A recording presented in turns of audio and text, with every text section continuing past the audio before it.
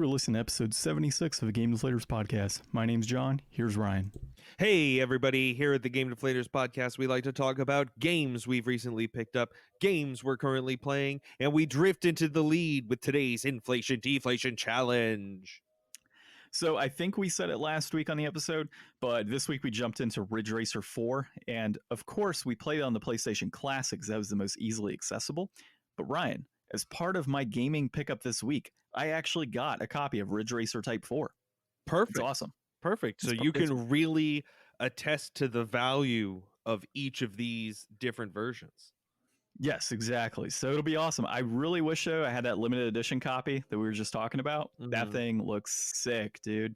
I didn't even know that existed till like this many years today. Yeah. So, okay, until I was this old. All right, dude. So anybody that listens to us knows I like to go pick up games whenever I get the chance. And if you're following us on social media via at the Game Deflators on Facebook and on Instagram, or at Game Deflators on Twitter, you will have seen the sheer amount of games that were picked up this week.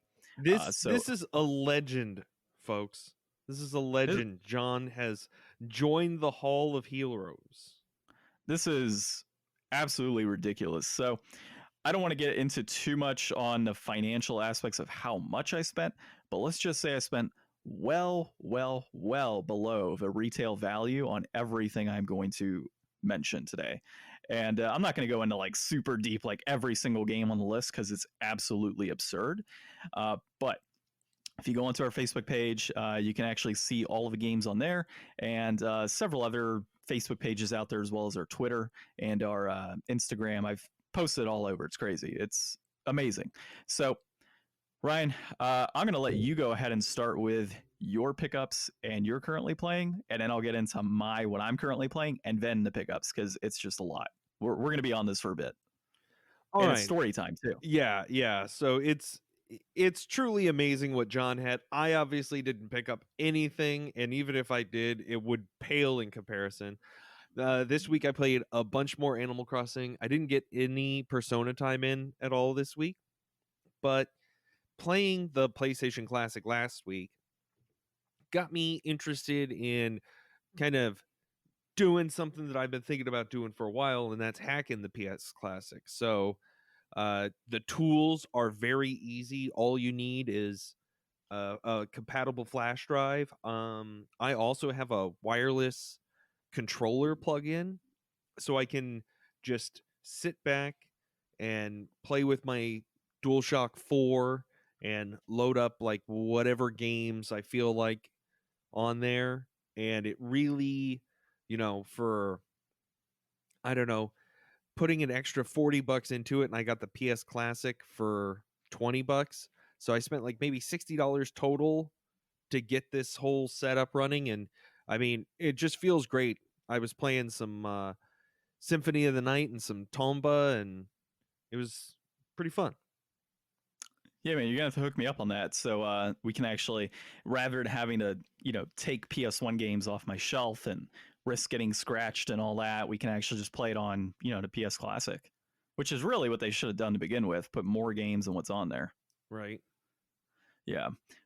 So you didn't have any pickups. You're playing Animal Crossing, though. What's going on in Animal Crossing? I know it's, it's all over the place. Yeah, I made a lot of progress this week in my Animal Crossing. I finally got KK to come to my town and play, so I unlocked the last tool set, which lets you kind of do some island crafting and terraforming, and that's when it really opens up and you can kind of do whatever. You can lay down paths instead of having to lay down custom designs, which is kind of, similar but annoyingly not like what it's mechanically for exactly. So it feels a lot better to be pathing around. And I haven't bought all of them yet, but my island has totally evolved. Like it went from like, I've got some stuff over here, I've got some stuff over here, to really feeling like a community that is together. And I've got like lampposts up, and I've got like my own design for my pathways and where they're going. I got to figure out how to open it up and get out to see more people. Like, I know some people from some other podcasts I listen to, they have their codes out there.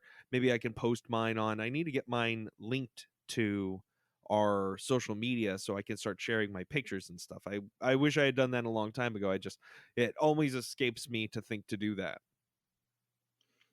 Totally get you, man. Yeah, we got to get that hooked up and, stuff on social media through your Switch. I mean, I do it on PS4, but I can't now because I don't think the ability to get videos onto Facebook and stuff is up yet for PS4. I don't know if they're still going through that whole problem with Facebook. You recall that, right? Yeah. Yeah. Okay, cool. Well, dude, so what I'm currently playing still is Arcfalad 3. I actually played a little bit this week, but I ended up finding out that the Ozarks had new episodes up on Netflix, and that's just consumed my life, dude. That and the video game pickups. So normally during the time period that I would be playing Arcfalad, I've been online looking at the games and values and separating things and listing excess on eBay because I have to make some money back on this, obviously given what was spent. And yeah, so it's just been completely consumed. If you haven't seen the Ozarks, by the way, you got to check it out. I don't know if you've seen it, Ryan. I have not watched Ozarks. It's like Breaking Bad, but money laundering and drug cartel. It's awesome. Like, it's I've heard about it. Shows. I've gotten it recommended to me many times. It's just, I don't know, not one of those things I've ever really watched. It's fantastic. There's lots of stuff like that, though. Oh no, dude, this is fantastic. It's awesome. So I am almost done with season 3. And after that, I'll be picking up Arcfalad 3 again. I think I've got 1 or 2 more episodes right now. And of course, like I said, the gaming pickups have been all over the place for me this week. My floor right now, you normally know that corner I have. That's kind of all the games stacked up as stuff I've picked up and am keeping. Let's just say I've got 2 bank boxes filled with games. Actually, 3 bank boxes filled with games, and then a ton of them on the floor in stacks of what I need to list, what I'm trading or selling to some other collectors that we know, or what's for sale. And so yeah, it's crazy, dude. And I actually was just talking with Jason at Corpse Flood Gaming.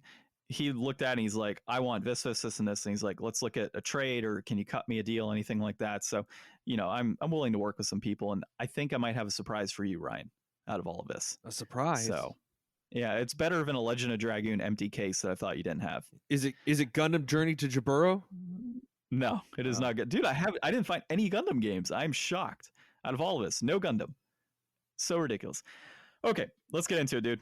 So we'll say the story because you kind of know a majority of the story here, but I'll retell the story for people and how this all went down, and then I can get into like some of the higher end stuff that I've picked up, and what this really means for my collection, and really for you, Ryan, because you can borrow crap out of this.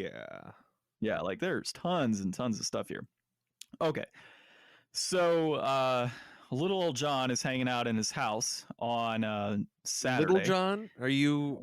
Was Robin Hood there? No, I'm saying Lil John, okay? Like, okay, Lil John. Like to the window and to the wall, Lil John. Oh, okay. So, yeah. I'm not going to quote those lyrics. So I'm sitting there Saturday, and that's when I picked up that Silhouette Mirage and all of that other stuff, right? And I was like, okay, cool. This is a pretty good pickup. It was, I think, like 150. I'm like, I'll sell Legend of Mana. I'll sell a few other games. I'll make like half my money back, and I'll be happy because I got the Silhouette Mirage and a couple other games. And so I'm like, all right, cool. The next day, I'm just hanging out after we record, of course. And I get this random pop-up on something I use for gaming pickups. And it's this guy has listed for $250. He's got just stacks of games. And one of them was Guitaru Man. So I'm like, all right, cool. We've been wanting to play Guitaru Man for a while. It's here. Let me see if it's complete. So I asked him that night. I'm like, hey, dude, Guitaru Man, this game and this game, are you willing to split it from the lot? Because he had it like $250 and I didn't want to pay that much. And he comes back and he says, how about this? I'll just give it to you all for $200. And every single game has the case and manual outside of like these 2 or 3. And they weren't even that great of games. So I'm like, okay, cool. Like, I'll just throw those away or donate them. And so we meet up, and of course, everything's complete. All looks really good. I calculated out that lot to be somewhere in a range of about 360 to 375. So it was like, not too bad a pickup. It's pretty good. And so as we're there talking, and I'm looking through stuff, I'm just like, hey, this is, pretty cool. Like, I've been looking for this game, and this one's pretty awesome. I said, if you have anything else, I saw you had a couple other items listed. Let me know. So he's like, actually, yeah. I haven't. This isn't like half of what I have. He's like, I actually, we just moved into a house, and he's like 18. He, came with his mom actually for the pickup. That's why I'm like, this is an interesting situation. So he comes up with the mom or whatever and lays out all the games, and we're going through. And he's like, yeah, we just bought a house, and it was a collector that owned the house or something. And he's like, I don't know the full story. All I know is we have a garage and it's filled with video games. I was like, oh, okay. He's like, do you want me to take down your number and I'll just text you photos tonight of like other stuff that I've got? I'm like, yeah, sure. That'll work, dude. I'm like, I'd be interested to see whatever you got.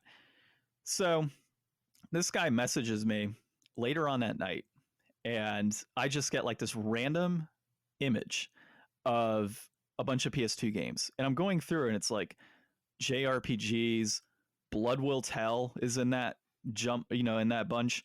2 copies of like Star Ocean 2. It was like absurd. It's just like tons. In fact, I'll actually load up the list here so that way I've got it for the episode here.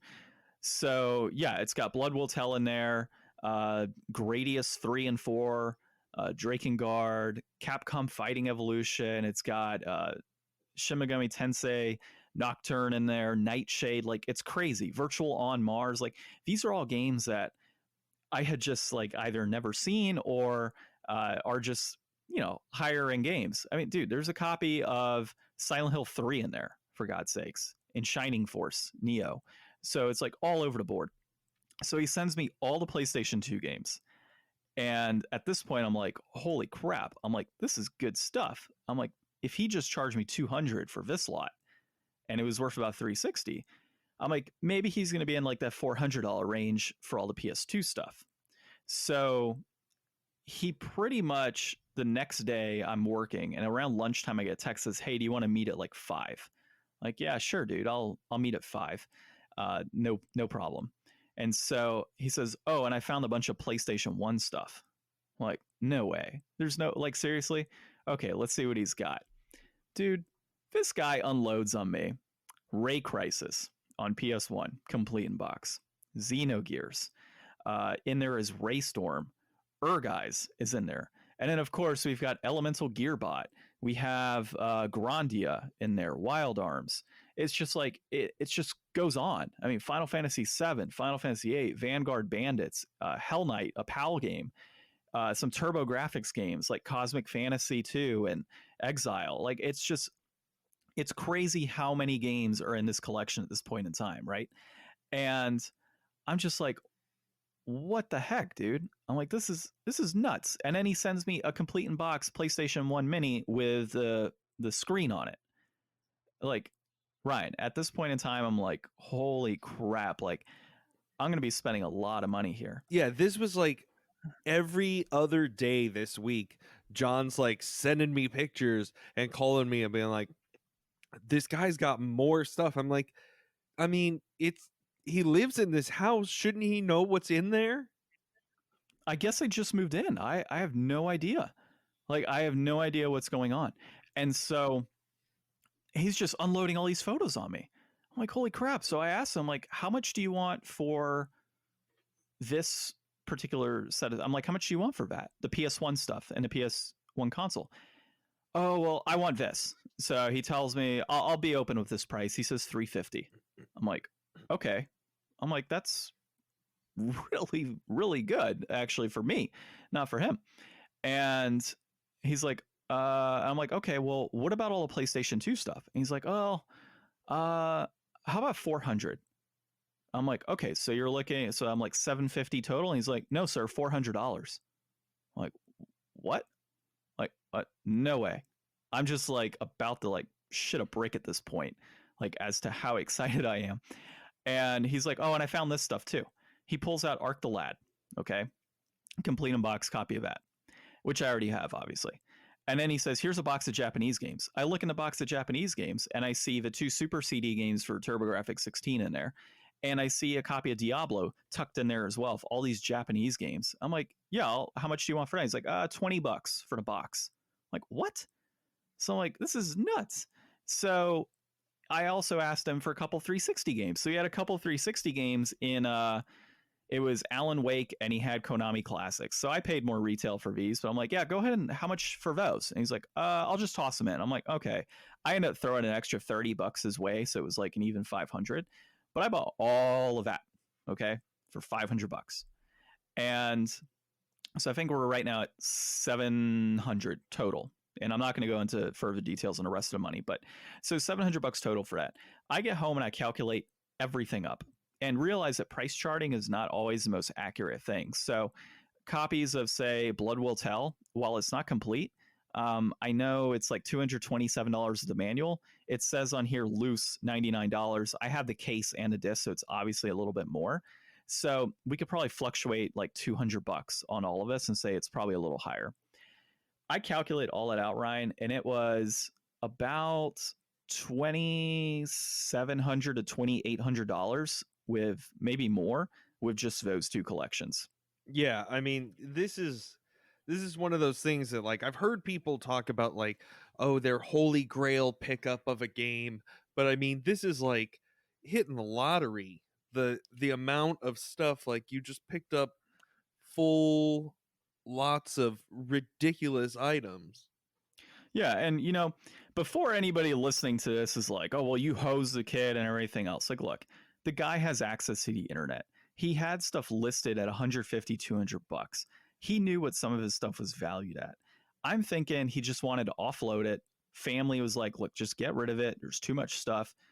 And he didn't care. And you know what? At the end of the day, that was an opportunity for me as a collector to come and say, I want this stuff and I want to have it in my collection and I want the ability to share. Well, yeah, exactly. And the stuff that I got to sell, obviously I'm selling because I got to make up the money I spent, to collect it all. It's extra. I'm not going to sit on extras. So basically, so anybody that comes in and is like, oh, well, you did this. There's 2 things here. First off, I did it, because it's a major collection. It's a lot of stuff I wanted, right? It's not like I paid the guy $100 and got all this. I actually paid a good chunk for that alone. And that's not including the other stuff I'll mention here. And on top of all that, if you're really pissed off, it's probably because you're jealous you didn't get it yourself, to be honest. I mean, seriously, like I've seen people in the past just like, oh, well, I can't believe you paid that little. Okay, well, if you were in the exact same situation, what would you have done? Would you have offered double? Because I mean, I said $750 for everything for that big part of the lot. And he's like, no, $400. So yeah, I mean, tough luck. So either way, dude, the next day he messages me again and says, I've got more stuff. I'm like, I'm so frustrated because at this point I'm like, dude, why don't you just give me everything that, you planned on giving me? And we can kind of go from there. So he ends up saying, well, how about this? He's like, rather than send you a bunch of pictures, because there's a ton of stuff, I've got Xbox games, I've got PlayStation 2 games, I've got PlayStation 3 games, I've got Sega Master System games. He has just tons of games. And I'm like, all right, man, like I'll bite, when you want to meet up. And so he says, we'll meet up again at like 6:00. And I'm like, okay, I'll message you after work, then we'll meet up again. So I'm going in this not knowing exactly what's in there. The next day he comes up with just like 5 or 6 boxes, like banker boxes of PS3, PS2, and original Xbox games. Okay, and Sega Master System and some Sega CD games out of all of this. Let me see if I could sort this on price charting by I don't know if I could sort it on here.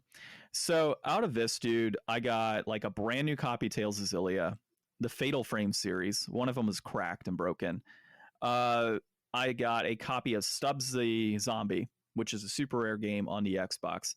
Otogi 2 on the Xbox. Guided Fate Paradox on PS3.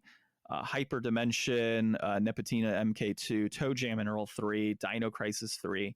Trying to find one of the higher end things here. We got Outrun 2 on the PlayStation 2, Outrun or Castlevania Lords of Shadow Limited Edition. Like, it's just all over the board in terms of value here. Champions Return to Arms on the PS2, Drakengard 3, Star Wars Chess on the Sega CD. We're totally playing that, Ryan. Yeah. Yeah, it's just Outrun 2006 Coast to Coast on the PlayStation 2, Rambo 3 Master System complete in box. Like, Castle Shikigami was on there. I've been looking for that on PS2 for such a long time. So tons and tons and tons of games. All right. And then he just says, I want for all of this X price. And I'm like, no, I'm not paying that. So I just said, well, what if I take out the stuff I want? What will you do there? It's like, oh, well, we'll see what it comes out to. I'm like, all right, cool. So I just like popping open cases, looking, checking manuals, slamming things through. You know, I end up with like 2.5 banker boxes filled with games, all the higher end stuff in here. I mean, Mega Man games, you know, Silent Hill games in here, Fatal Frame games, like everything you can think of is in here. And I go ahead and just make an offer. I'm like, how about this? And he's like, well, how about $50 more? I'm like, okay, I can swing that. Like, and now we're obviously in much deeper here, but I get home and once again, we've cracked the $2,000 mark on everything. And we're talking, I paid well below retail on these as well. So when it all came down to it, those 2 nights alone, I was looking at about 4,800, and that's not including a bunch of Japanese games I couldn't find on price charting to get an accurate assessment. If I were to look those up on eBay, I'd say it was probably another $200 worth of stuff. So that alone, and then of course a couple days go by, and he messages me again, Ryan. Like, it's ridiculous. So he sends me pictures of a Super Famicom complete, except it didn't have the power cable or AV cable. I'll pick those up separate. A bunch of complete in box Super Famicom games, including Cotton, which is like 100 something bucks. And I'm like, all right, well, I'm interested. Give me a price point. And then he sends me a picture of a Super PC graphics engine. Or Super PC graphics engine. That console's like $450 right now, just for the console. All right. It doesn't have a controller, but I'll look for one. And in that same box that he sent me, or then he sent me a box of cables, and he says, well, I can't find a controller or power cable, but maybe it's in here. All right.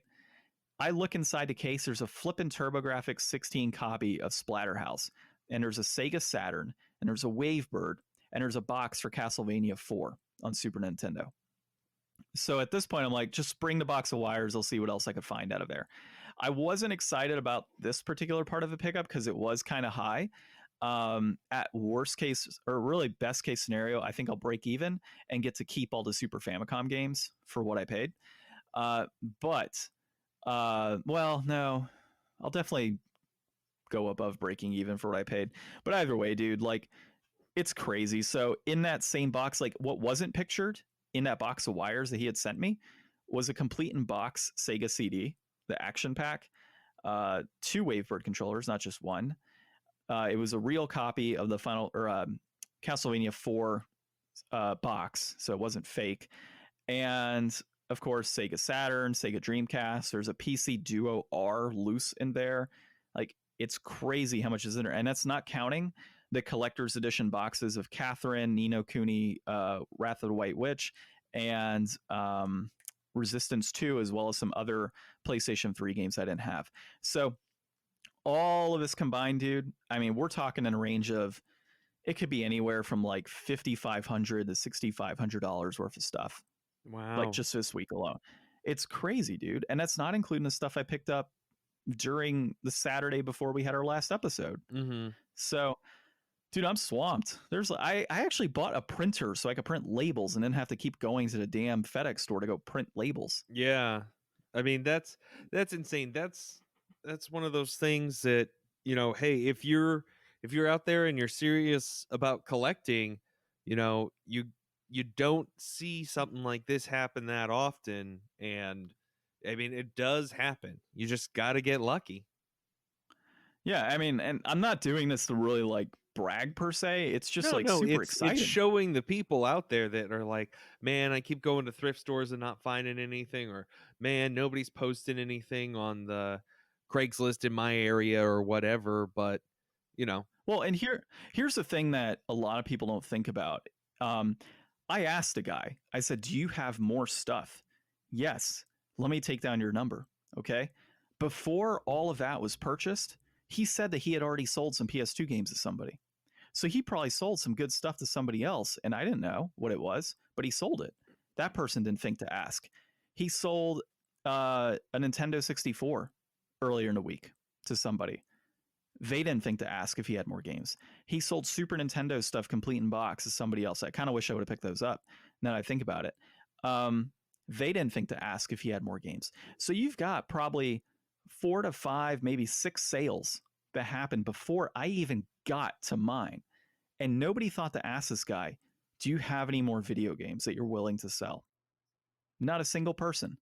So it just shows that while, yeah, you know, it's hard to find stuff nowadays, you also got to put in the effort and you got to put in like the thought process on it. If I didn't ask this guy, do you have anything else? I would have never got this. I would have been happy with what I got, the first collection with the Guitaru Man. But the fact that I asked, now I'm looking at, well, like how many games are in this first one? I think I picked up like 300 video games this week. that's so crazy. Like Like, most people don't even have 300 video games, and you just onboarded 300, and it's like it's completely like a put together, you know, thing for you to be able to do this, because it's like you're already involved in buying and selling and increasing your collection through, I'm going to buy $20 worth of stuff, I'm going to keep this game, I'm going to sell the rest for 30. So, you know, you've already been doing this for years, so it's like you're much more capable to go through that pile of 300 games, where it's like, if I was to get just 300 games from somebody, even if it was like a screaming deal, I mean, it would be really difficult for me to get involved with all of the selling and the rest of it that comes with the aftermath of just acquiring a massive collection of games. well, yeah, I mean, look, I used to work in a game store, so I've got tons of You're experience in terms professionally of, trained. I guess you could say that. I mean, it kind of comes down to like when he's saying I'll take this much. I at one point dropped him a couple $100, I think, on one of the deals. Like it's just one of those things of like, hey, look, I've already spent this much with you. You know, let's do it for this. Okay, cool. Yeah, we'll do it for that. Like it gets to a point where kind of the talk and what to do for this, and resale shops out there will say the same thing. Obviously, you learn after a while, right? The process and what you're supposed to say and how you're supposed to say it, and how you're supposed to pick up certain objects and determine the price point right off the bat based on condition. And you kind of in your head you've got the numbers already played out of like, okay, I can spend X amount and I'll be okay, or I can spend X amount and I'm going to be down in the hole.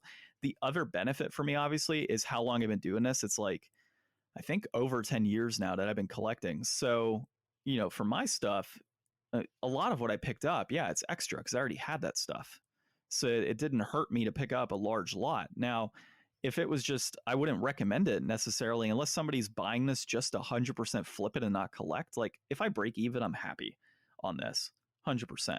Now you might have somebody out there who says, well, I'm just going to flip it all. Okay, kudos to you for flipping it all.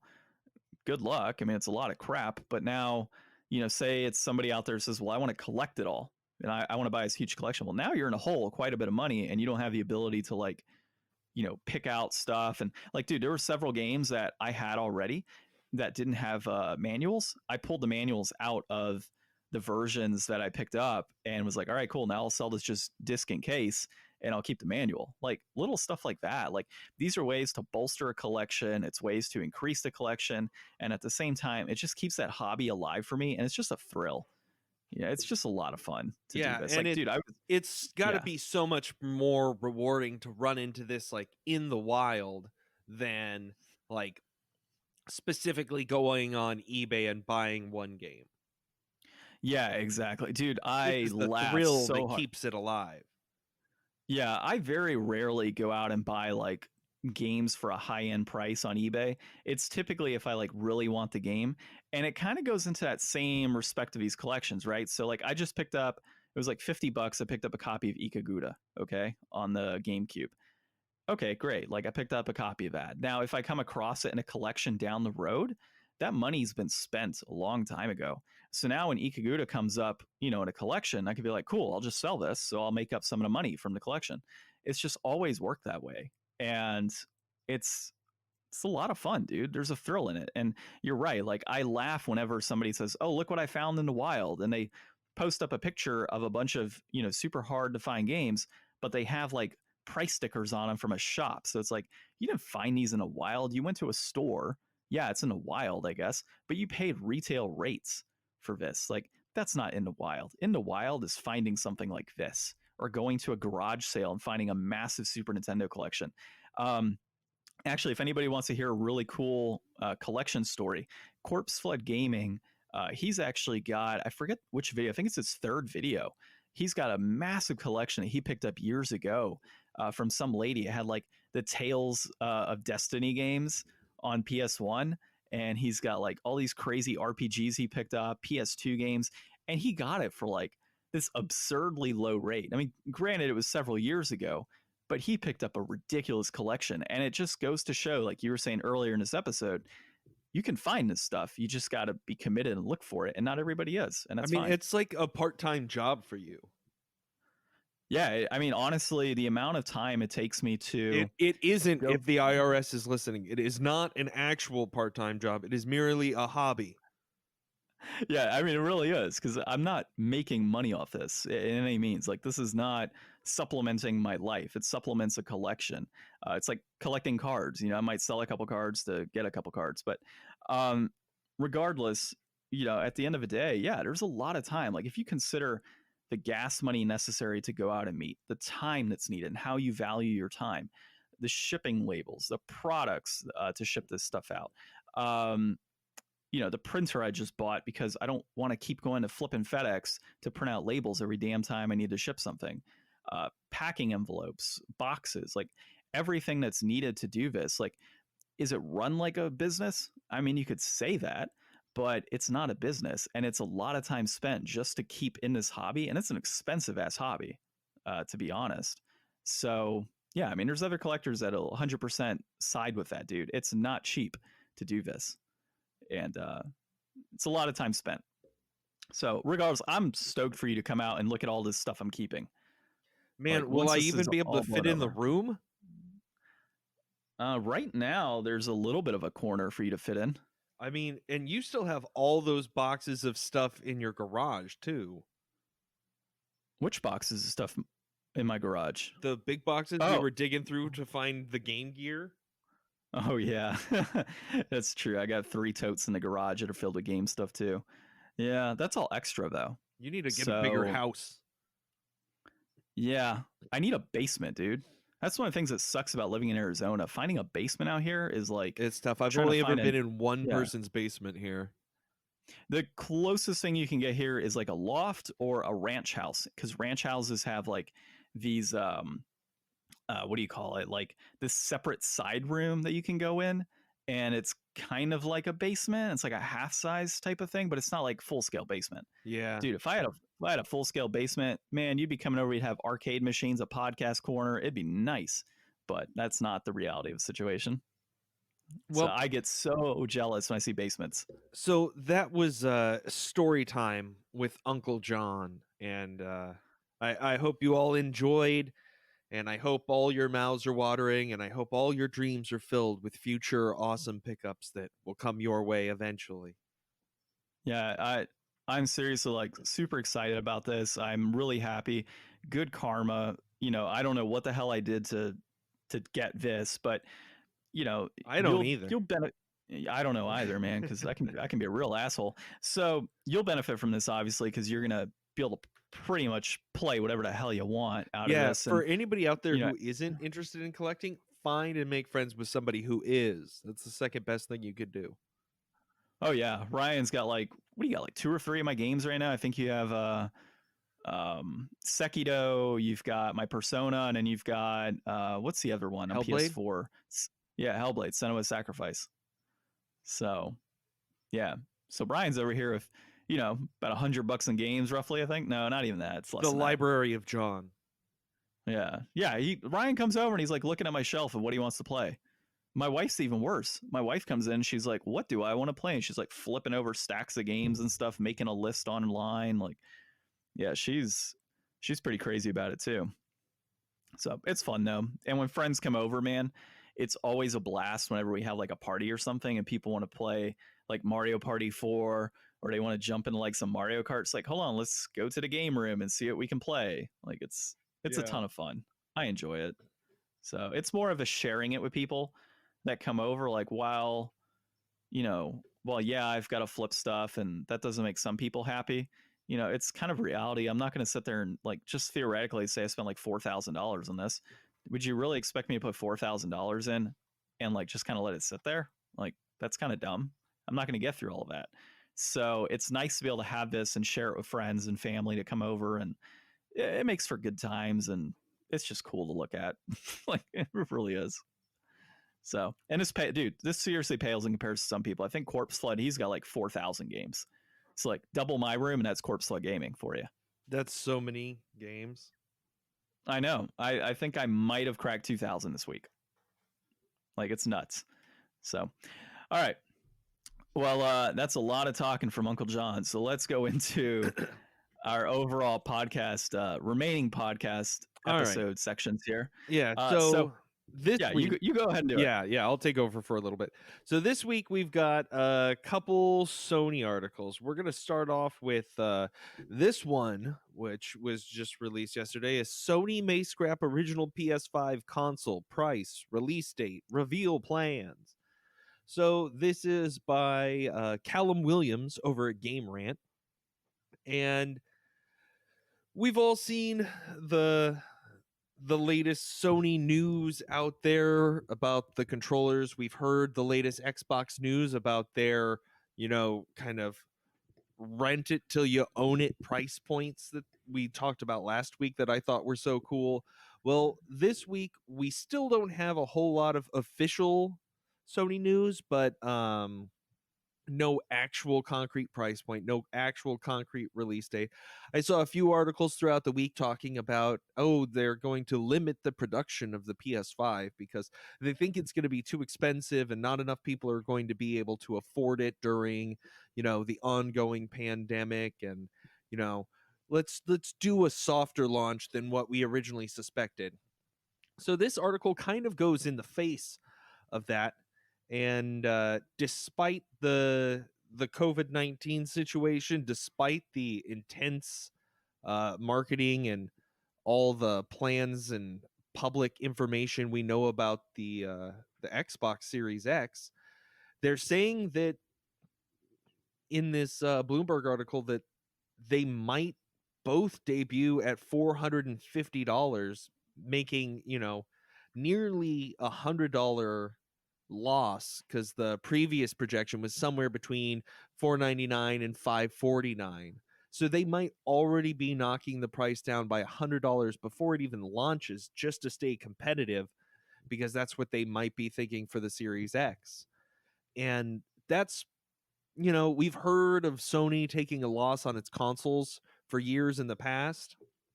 And that's kind of what I'm thinking is like, we don't know much about the PS5 still in concrete information. We don't even know what it looks like for sure. But what we do know is based on previous history with under manufacturing and, pulling the Nintendo, that could be very successful. I mean, the Wii was sold out for like over a year, constantly sold out. So, I mean, obviously this isn't going to be that cheap, affordable, everybody can buy one, but launching it only $450 and kind of trickling out the release and having it be constantly sold out, that's going to wind up kind of building its own hype, especially since they're not going to have, seemingly a lot of Sony PS5 exclusive launch titles that are really going to be pushing it. Like, I mean, Series X, we already have heard promised Halo will launch with it. So that's going to get all those people on board. But I don't really feel like there's anything on PS5 that I know about that I want to stand behind on dropping that much money. And if it's going to be sold out for a while, that kind of takes the pressure off of me to feel like I need to have one, I need to buy one. It's just sitting there. Yeah. This honestly doesn't surprise me, dude. So last week we had really discussed how, like you said, that rent to own type of thing that Microsoft is running right now, which you get all these games, you get the console, like it's a no brainer if you want to buy an Xbox to go that route. And it kind of takes away that big price point. So, and in this article, it does obviously mention that, Sony's going to kind of have to do this. So if Microsoft's coming at 450, Sony has to come in at 450 as well. If Microsoft's going to offer big bundles, Sony will probably offer it too. And so I think right now Sony, in a way, is playing catch up, which is kind of odd, given their history. And this really doesn't kind of excite me too much about the PS5 because of how Sony's dropping the ball. I mean, when you're talking, scrapping the original PS5 console, price points being adjusted all of a sudden, marketing plans need to be reevaluated. I mean, that really to me seems like an ineffective team that's trying to launch this console, and it really doesn't help my confidence in buying their product right now. So it's definitely an interesting situation over at Sony, and I really hope they kind of pick it up because I definitely want to buy a PS5 and get a VR2 set up so I could play some Job Simulator and Eagle and all these other crazy VR games I picked up as of late. Yeah, there's just only so much speculating we can keep doing, Sony. Let us know some real stuff. You did so good showing off that controller. I was into it. I liked it. We got great numbers on a Facebook post memeing about it. Oh, dude, we had like 37,000 people or something. No, it's actually more than that saw that post. Everybody it's that saw John's Xbox children's toy controller thing. That was hilarious. I don't even remember where I got that from. Where everybody else can find it, though, is on Facebook at the Game Deflators, or on Twitter at Game Deflators, or on Instagram at the Game Deflators. Everywhere the Game Deflators except Twitter. Just and if Game you want Deflators. And if you want to listen to us online, you can find us on tons of podcast applications out there via Android, Podcast Addict, iTunes, Spotify, iHeartRadio.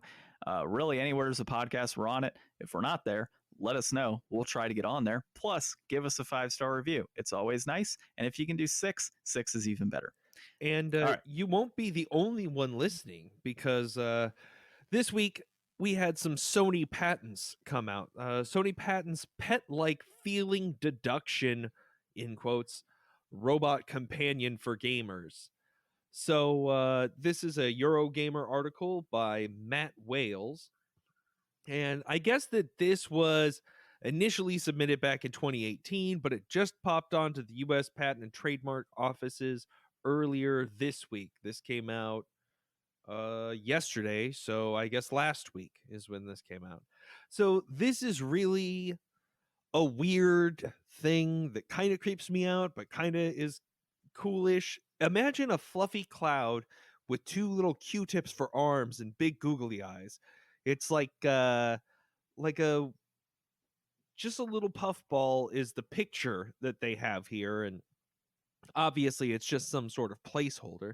But the idea here is that you have this Furby type gaming companion that will sit on the couch with you while you play games and observe you and observe your emotions through your movements and the sound and tone of your voice and your word choice.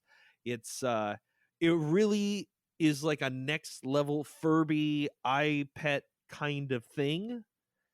And I guess it's supposed to be like your player 2, or not your player 2, but your counter team. So if you go on your game, whatever it is, let's say Call of Duty or whatever, he would be playing somebody else in like a co-op team deathmatch, like couch co-op style. So I don't know, because the game already does that. The game already has AI controlled opponents if it's that type of game.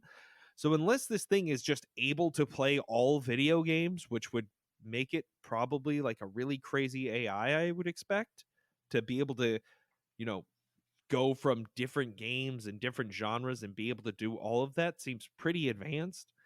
And like, I already don't want an Alexa in my house or a Siri on my phone. Like, I don't need Sony to be watching my emotions. I think you do. So I actually believe this is pretty cool. So, and I look at it from a different viewpoint. So the amount of people out there that suffer from like depression, they have anger issues while they play games, or lonely. This is really a cool opportunity for Sony to kind of like step into that behavioral health space with like this new technology that they're planning on doing.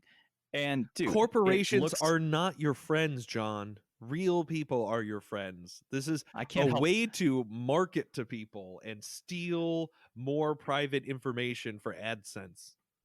I can't help it. I work for a corporation. So, dude, it's super cute. It looks like a familiar from Ni no Kuni. Come on, like, you wouldn't want to play video games with a familiar, Ryan? Not at all. Like a real thing, not like a Sony corporate spy. Well, you can just close its eyes. It doesn't have to look at everything you do. You can't just turn it off, John. I know this is flashbacks to Microsoft Xbox One, when it always had to be online and listening to you. I don't even have my camera covered on my laptop. Oh, dude, mine is turned. I have my camera as a USB plug-in camera for when we do D&D and stuff, and I've got it turned around to the wall. Like, it's just habit. I always have it closed. You have an Alexa in your room. No, I don't have an Alexa in my room. I have a Google Home, and it's in the main area. And yes, it probably listens to us all the time.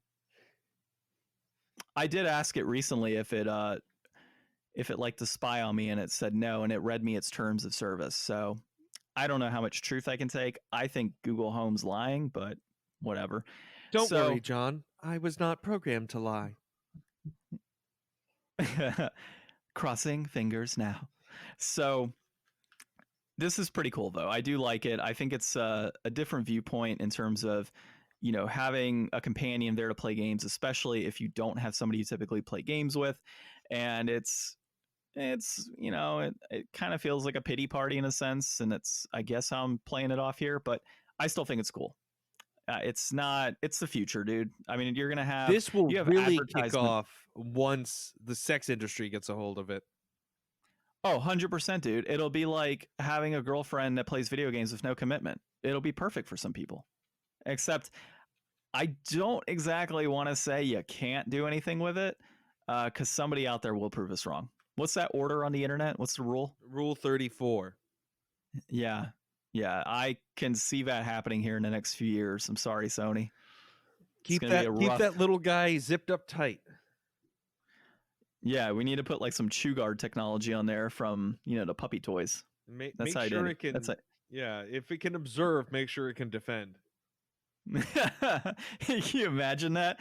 A little familiar looks at you and pulls out a shank. Don't you touch me that way. Look at the game, John. I'm here to play video games and console you. I'm not here to be your plaything. Oh my God. I guess, you know, that weird thing is the most official news that we have from Sony for this week. So that's it for the Sony update 2020. Yeah, I mean, I'm sure there's like a lot more right now online. I mean, there's tons of new games that got released.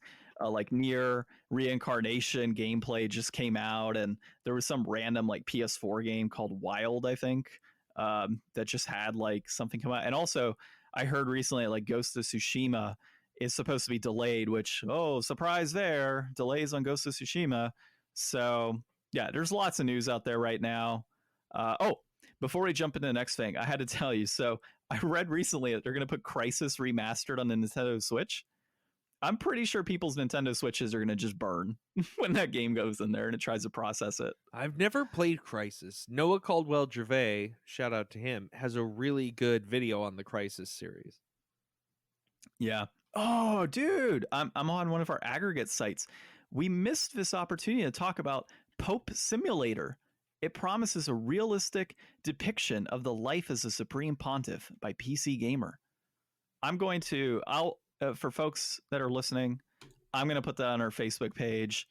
I'm sure everybody will enjoy it. I'm going to do it right now while we're recording so I don't forget. Clergy All right, let's get into our Clergy Simulator. Oh, God, let's not go there. Inflation, deflation for this week, Ryan. So, everybody, this week we checked out R4 Ridge Racer Type 4 on the PlayStation Classic. Developed by Namco, published by Namco, designer, producer Masatoshi Kobayashi. Released in North America in May of 1999. It's a racing game, and it gets a pretty good score, 8.5 to 9 out of 10. I am not the biggest fan of racing games, and the most time that I ever spent playing racing games was when I had my PlayStation 1 growing up, and I had Gran Turismo 3. And, I didn't own that many games, so every once in a while I would pop it in and play it and, suck at it. Because, I swear that game felt like you were driving in sand. Like, I felt like I just spun out no matter what all the time. And it kind of turned me off from racing games in general, like other than, kart racers here and there. I'm just not super interested in the genre, but something about this game really kind of caught me when I started playing it a little bit last night, and then I went back and played it this morning. I only barely ever caught the taillights of the second place racers. I never got beyond third place. I never advanced in the Grand Prix, but I love the music. I like the chunky old racing graphics. It reminds me of like all the racing game that I played growing up. And I do like the arcade racing games, like, where you have like the actual steering wheel and the pedals. That's awesome. But, I like this kind of old racing game thing. Like, I have zero interest in like playing the new Forza with the most prettiest graphics ever. Although that one that has the Lego mode seems kind of interesting. But if I was going to play racing games, I would definitely go back and play PS1 racing games for sure. Yeah, so Ridge Racer 4 holds a little bit of a special place because it was a Blockbuster rental for me growing up. And I think I have my original copy here at the house. But regardless, I did pick up a copy in that collection of it. So, dude, for me, these graphics have aged very well. I mean, I really think they have. It was no issue. It's not like I'm playing Mario Kart or something on the 64, which has really not aged well at all. Hell, that whole console has not really aged well at all. This has. And this is a lot of fun. Being able to drive the Pac-Man car, I mean, that right there makes the game itself. And the price point, when we get into it, makes it even better to play this game.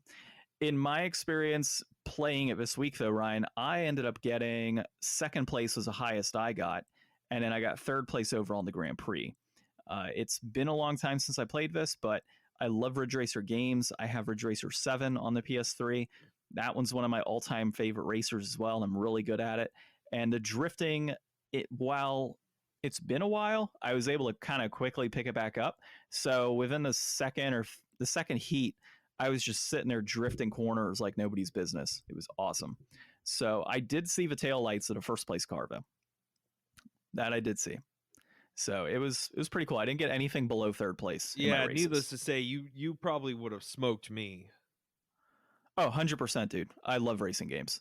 I'm actually pretty good at racing games.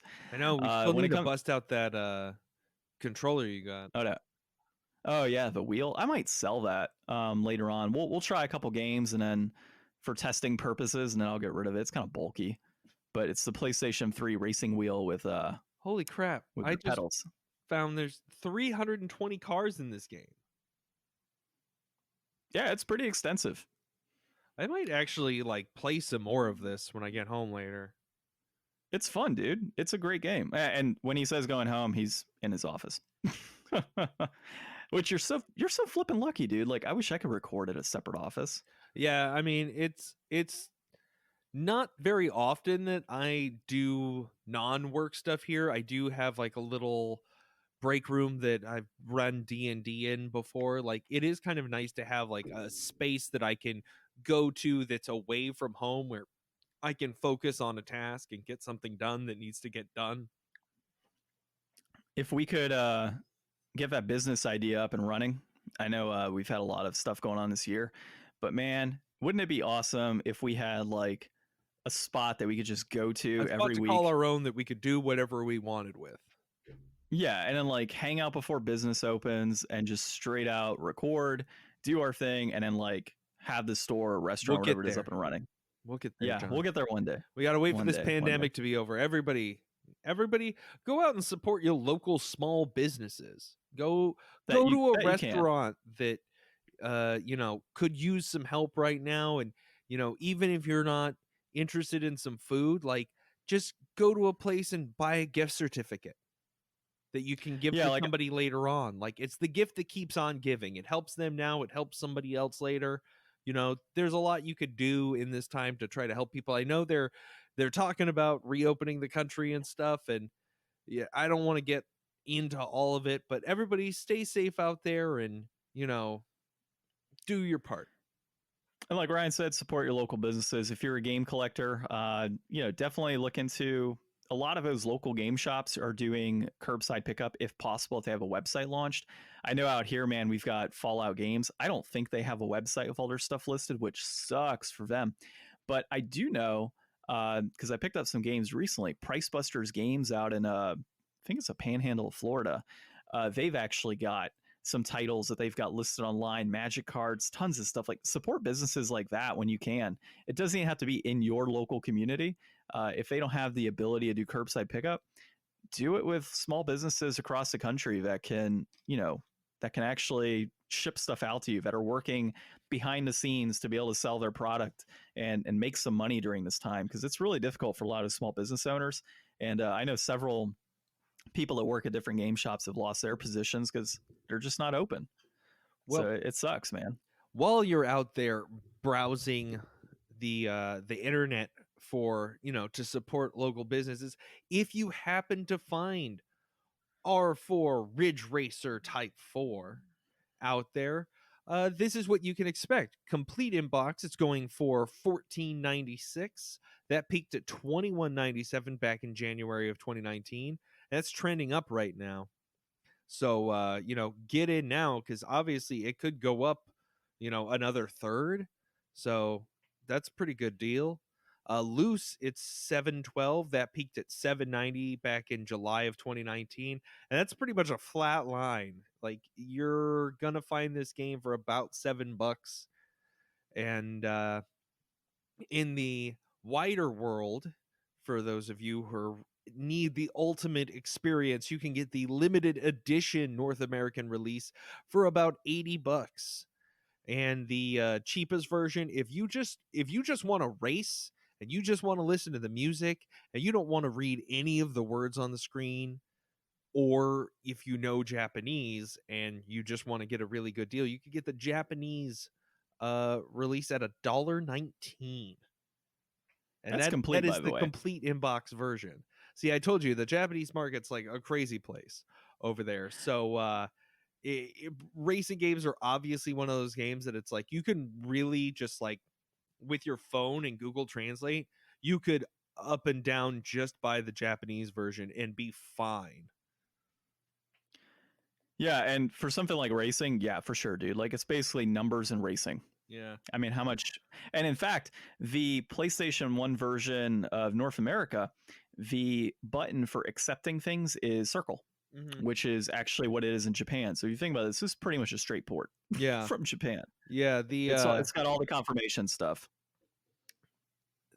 The game was good. I definitely think that, I think it's a steal at either of those prices. But once again, like we talked about last week, folks, we play this on the PlayStation Classic. We each picked Which that up for $20. Retail before it was $100. So if you're looking at like the launch of the PlayStation Classic, it came with like 20 games. This game loose is like $7. That's kind of, about right for fitting in there.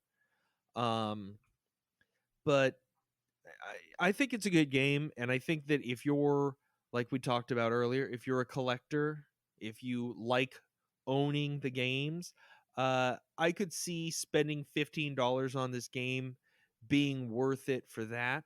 But if you just want to play it, skip the middleman and go straight to the PS Classic. And just for anybody out there, there's tons of copies of the PS Classic right now on eBay. I'm looking at $43, $45, $35. I mean, like Ryan said, if you want to hack it, we're not going to say go out and hack it, but you have the ability, I think, to go do that if you wanted to. And if you don't plan on doing that, it's still worth the value just in the games in early. I mean, come on, Persona Revelations is like a $200-something game. I think 300 complete is on there. Final Fantasy VII is like $50 right now for a black label copy. You're getting your money's worth just in one game, really. Even IQ makes up for the cost. So I don't totally think worth so. it. Regardless, I think $40, 45, somebody out there, that's a steal, regardless. Dude, for me, I would say that this game, complete in box, $15. I'd say it's right. I'd buy it at 15. You know what? I'd say this is actually. Now here's my real question, John. You can play Japanese PS1 games on an American PS1, right? I think you have to hack it. It's region locked? Yeah, I think PS1 and PS2 are both region locked. Okay. So you can't really, unless you had an import PS1, the Japanese price isn't really on the market. Well, I mean, given the technology out there, the ability to get your PS1 to play Japanese games probably isn't that expensive.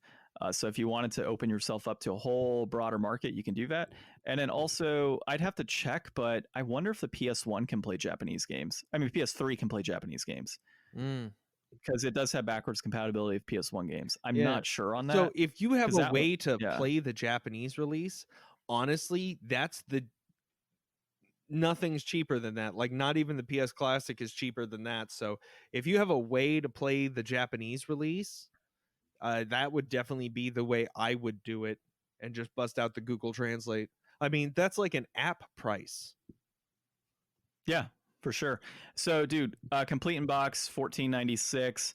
If I found a really pristine copy of this game with manual, no scratches on disc, $20 would probably be pretty fair, given the amount of cars in this game and the extensive amount of gameplay, plus the ability to do split screen 2-player.